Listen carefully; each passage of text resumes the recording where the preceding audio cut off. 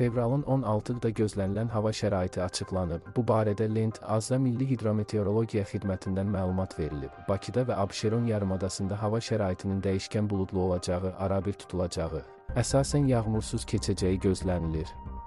Mülayim cənub-qərb küləyi arabir güclənəcək. Havanın temperaturu gecə 1-6 isti, gündüz 9-14 isti olacaq. Atmosfer təzyiqi 762 mm civə sütunu təşkil edəcək. Nisbi rütubət gecə 70-80, gündüz 55-60 olacaq. Azərbaycanın rayonlarında havanın əsasən yağmursuz keçəcəyi gözlənilir. Bəzi yerlərdə arabir duman olacaq.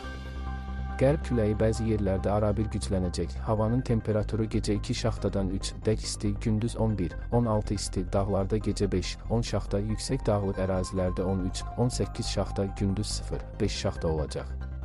Gecə və səhər bəzi dağlıq rayonlarda yolların buz bağlama ehtimalı var.